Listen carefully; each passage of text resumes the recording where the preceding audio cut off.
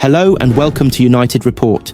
This is your home for all the latest Manchester United news, match updates, transfer stories, and in-depth analysis. Stay connected and never miss a moment.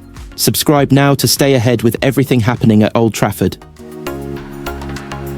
Rio Ferdinand almost saw his football career end before it had begun, only for a pair of second-hand boots to come to the rescue. The former defender, who started his career within the youth ranks, of course went on to enjoy huge success. Twice the world's most expensive defender, he won 6 Premier League titles, the Champions League, and a whole host of other trophies during his career. Ferdinand spent 12 years at Manchester United, while he also earned 81 caps for England, a CV that even the most optimistic of young stars can only dream about. But it almost never happened. With Ferdinand showing an interest in football as a youngster, his family could not afford to invest in a pair of brand new boots. Instead, Ferdinand was luckily gifted an already used pair and has never looked back. Speaking alongside research carried out by Green Football's Great Save and the Rio Ferdinand Foundation, he said, "My first ever pair of football boots were second-hand, or maybe even third-hand. I remember they were 2 sizes too big, but I wouldn't have been able to play football for months if I'd waited for my mum to afford to buy me a new pair." The lack of affordable kit is still a big barrier to lots of young people today, he added. Like I said, the first pair of football boots that I had were a pair that I saw in a friend's cupboard, and without those boots, I wouldn't have been able to have played football for a number of weeks, maybe months, until my mum could afford to buy me a pair of football boots. And I don't even think she wanted to buy me boots at that point, because she wasn't sure if I wanted to continue playing football consistently. My mum was saying, "Well, how long are you going to play for? You're going to play football one week and then not play next week." So I had to prove that I wanted to go and play and wake up on a Sunday, wake up on a Saturday and go to football, make my way to training on a Tuesday and a Thursday as well. Once I proved that, then my mum was like, "Okay, we can save up to buy some now." So there's all those barriers and obstacles in the way of a young person getting hold of any kit, but I think recycling is definitely one of the things that will be important, and gifting stuff that doesn't fit or you don't need anymore is important too. It wasn't just the price of boots that could have prevented Ferdinand from making his first steps into the game. He has also opened up on an incident early in his career when he arrived in the wrong kit, allowing him to sympathise with young footballers and parents who are facing similar challenges nowadays. He said, "I understand issues with self-esteem if you don't have the right kit. When I went to my first ever training session at West Ham, I was wearing a QPR kit. Everyone was looking at me like I was crazy, asking me what I was doing. It was a difficult first session, but I was lucky because by the next session, they gave me new kit to wear. Not having the resources to be able to afford kit can affect your confidence and your self-esteem. You walk into places feeling inadequate, and that's not a good starting point for anybody." Ferdinand is now at the heart of a campaign aiming to knock down the hurdles between young stars and affordable kits. He has urged clubs to come together to think of a solution, while has also appealed to fans to donate their used shirts and equipment. He added, "We need to celebrate spaces being created for people to feel comfortable using second-hand kit, like kit donation schemes or swap shops, especially as a little bit of pride can get in the way otherwise." Football clubs and the stakeholders in the game have a big role to play in this. If we have a unified approach within football, people will feel more comfortable. Manchester United are preparing for a return to Premier League action after a long period off due to the international break. United will face Nottingham Forest at the City Ground on Tuesday after what will be a 16-day break since the comfortable 3-0 win over Leicester last time out. The international break arguably came at a good time for United, who were extremely thin on the ground against Leicester due to injuries. Those on the sidelines have been afforded time to get back fit for the upcoming matches. Ruben Amorim is in desperate need of some consistency as he tries to move United up the table from their lowly position of 13th.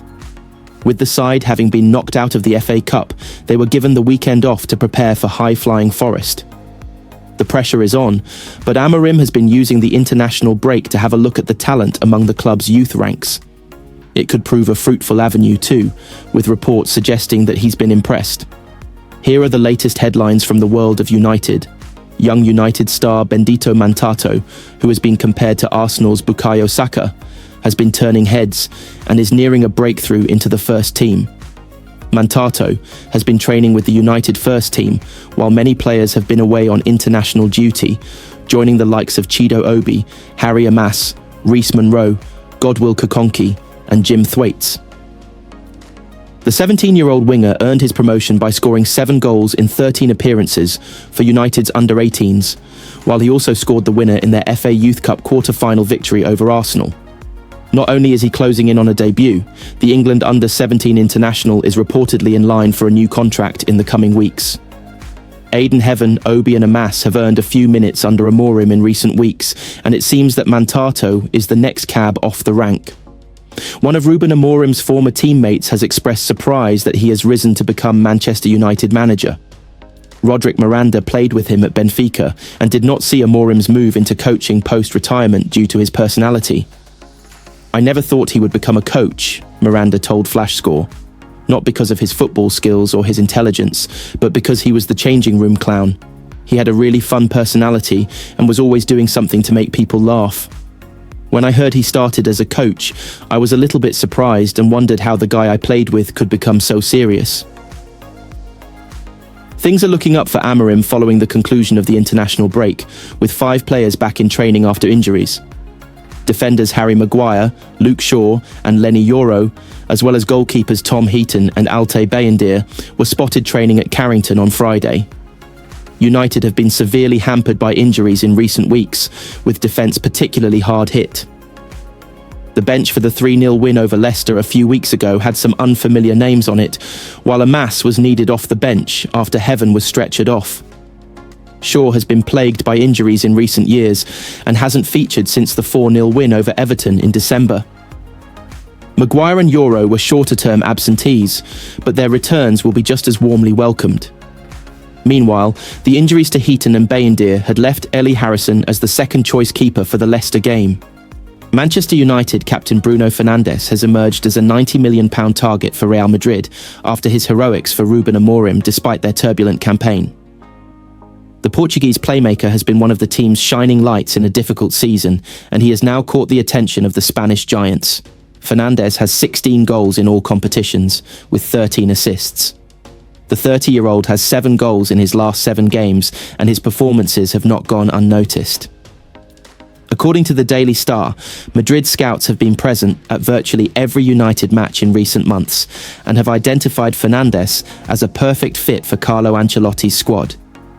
He could be a successor to long-serving Madrid midfielder Luka Modric, who is out of contract at the Bernabeu at the end of the season, and will turn 40 in September. Modric has been one of Madrid's greatest players in recent history, and has an incredible record of trophies, but the club will need to think about replacing him. It is claimed that even if Modric were to sign a 1-year extension with the ex-Tottenham man, still looking like he could do a job at the top level, it is clear Madrid know his time at the club is reaching its end. Fernandes' contract at United will have just 2 years left to run this summer, and United might be put in a difficult position should they receive a bid for their talisman. It's also understood that United boss Ruben Amorim is extremely reluctant to lose his star player, but the club's difficult financial position and need to make cuts could force them to consider a big offer. Footballing chief Sir Jim Ratcliffe has already made 200 staff redundant this year and cut legendary former manager Sir Alex Ferguson from his £200 million a year ambassador role.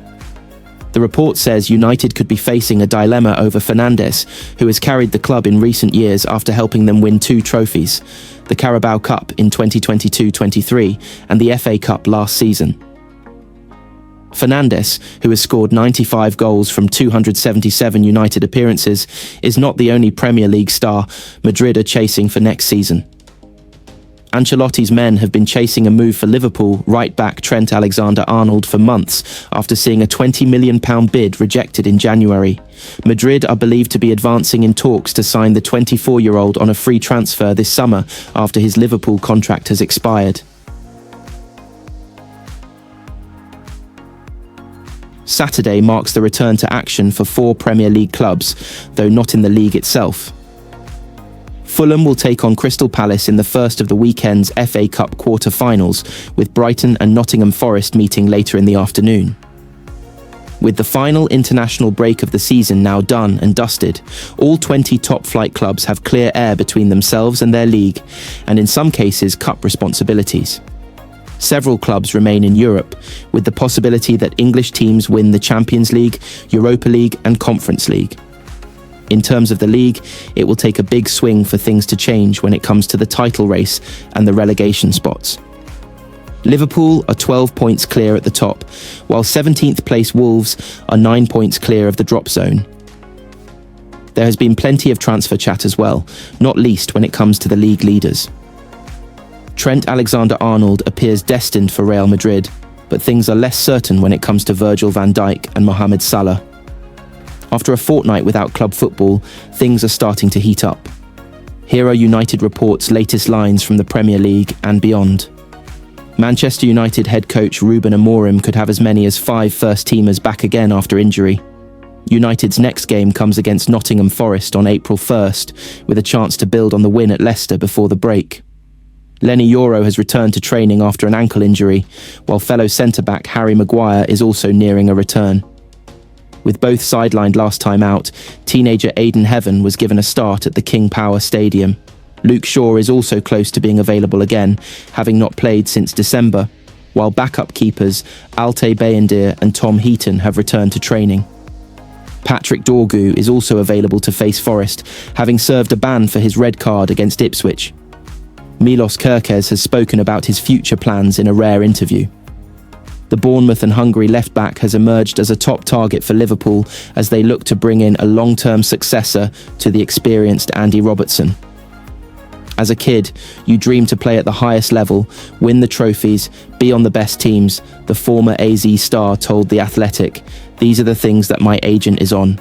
My dad is on. It is not something that they occupy me with because the season is still going, so there's no point to talk about anything. There's games left. The FA Cup is important for us. These are big things. And then, like I say, when someone comes in for you, you never know what's going to happen or where you're going to end up. In the summer, we will see what happens. Crystal Palace striker Jean-Philippe Mateta will don a Peter Cech-style helmet on his return to action. The Frenchman suffered a horror injury during Palace's FA Cup 5th-round victory over Millwall, but is in contention to make his comeback in the quarter-finals. It's like a water polo helmet, Palace boss Oliver Glasner said, comparing it to the headgear former Chelsea keeper Cech wore after a head injury, but with one ear. In water polo, it's so they don't get water into their ears. He has it just on one side. It sounds crazy, but we are used to it. The boss added, he has trained with us for 2 weeks with this protection. It's also important for him to train a little bit with an internal game in the international break, so he could play for 60 minutes without any problems. So he's ready.